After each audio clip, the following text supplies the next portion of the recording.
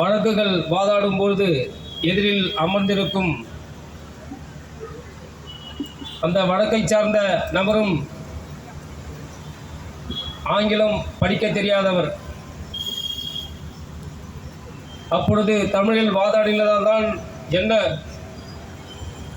என்று அவர்களாலும் புரிந்து கொள்ள முடியும். இதை பலமுறை நாம் இந்த கோரிக்கையை முன்னிறுத்தி பல ஆர்ப்பாட்டங்கள் தமிழ்நாடு முழுக்க நடத்தியிருக்கின்றோம். ஆனால் இன்று வரை அதற்கு ஒரு தீர்வு காணாத ஒரு பெரும் ஏமாற்றத்தை தான் தந்துள்ளது. இன்று 7வது நாளாக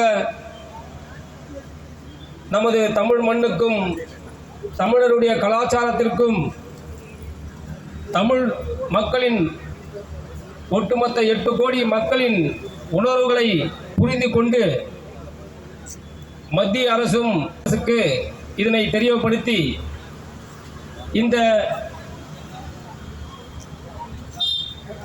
போராட்டத்தை வெற்றியட செய்யுமாறு உலகத் தமிழர் பேரியக்கம் என்றும் அவர்களுடன் துணை நிற்கும் என்பதையும் தெரிவித்துக் கொள்கின்றோம்.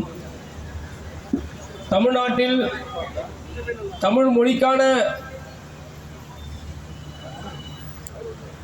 ஒரு வாதாடல் கூட இங்கு ஒரு அனுமதி இல்லாமல், அதுக்கு ஒப்புதல் தராமல் 7 நாட்களாக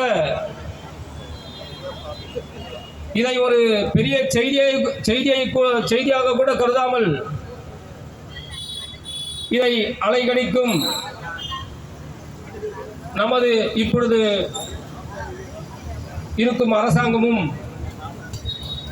இதற்கு எந்த ஒரு பதில் அளிக்காமல் இருப்பது 8 கோடி தமிழக மக்களின் வேதனையாகவே முன்னேற்றம் அடைந்து விடலாம் என்கின்ற நம்பிக்கையிலே தானே இந்த நாட்டினுடைய ஆட்சி மொழி 1956ஆம் ஆண்டு சட்டமாக நிறைவேற்றப்பட்டு விட்டது.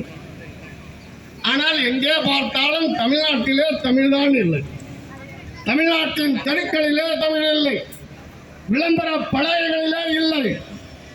உயர்நீதிமன்றத்திற்கு சென்றால் அங்கே போனால் தமிழ்நாடு உயர்நீதிமன்றம் என்ற பெயர் சொல் கூட இல்லை. ஏதோ மெட்ராஸ் ஹைகோர்ட். என்ன இது நியாயம்? எதற்காக நீங்கள் எல்லாம் அரசியல் செய்கின்றீர்கள்? அரசியல் என்பது மக்களுக்கான அரசியல், மக்களுக்கான தேவையை செய்வதற்கான ஒரு அங்கீகாரம்.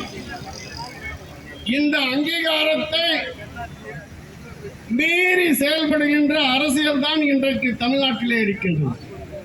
தமிழ்நாட்டினுடைய முதலமைச்சர் இந்த கோரிக்கையை ஒரு பெரும் கோரிக்கையாக நினைத்தால் நாளையே மத்திய அரசிடம் முறையீடு செய்யலாம். ஏறத்தாழ 7 நாட்கள் போன பின்னால் கூட தமிழ்நாட்டு முதலமைச்சர் அவருடைய செவிக்கு இதெல்லாம் போயிருக்குமா என்று தெரியவில்லை. அவர்களுடைய தட்டிலே போட்டு விடுவார்கள். அப்படி போட்டதால் இன்றைக்கு தமிழ்நாட்டில் தமிழர்களுடைய ஆட்சி அதிகாரம் எல்லாம் பிற மொழிக்காரர்களுடைய கையிலே இருப்பதால் நாம் எல்லாம் அன்றாடம் கூச்சலிடுவது போல நம்முடைய தேவைகளை முடக்கிக் கொண்டு இரவானால் வீட்டிற்கு சென்று படுத்துக் கொள்வதாக இருக்கின்றோம். ஆனால் இன்றைய நிலைமை எப்படி மாறி இருக்கின்றது பாருங்கள். மக்கள் மறந்தாலும் சரி, மன்னர்கள் இந்த நாட்டை ஆளுகின்றவர்கள் மறந்தாலும் சரி, நாங்கள் எங்களுடைய வழக்கு தொடுப்பு பணியை இன்றைக்கு மத்திய மாநில அரசுகளை நோக்கி தொடுப்பதிலே இருந்து தொய்வு கொள்ள மாட்டோம் என்கின்ற ஒரு உயரிய நிலையை வழக்கறிஞர்களாக சட்டம் படித்த இளைஞர் கூட்டம், இந்த இளைஞர் கூட்டத்திற்கு தமிழ்நாடே தலைவணங்கும்.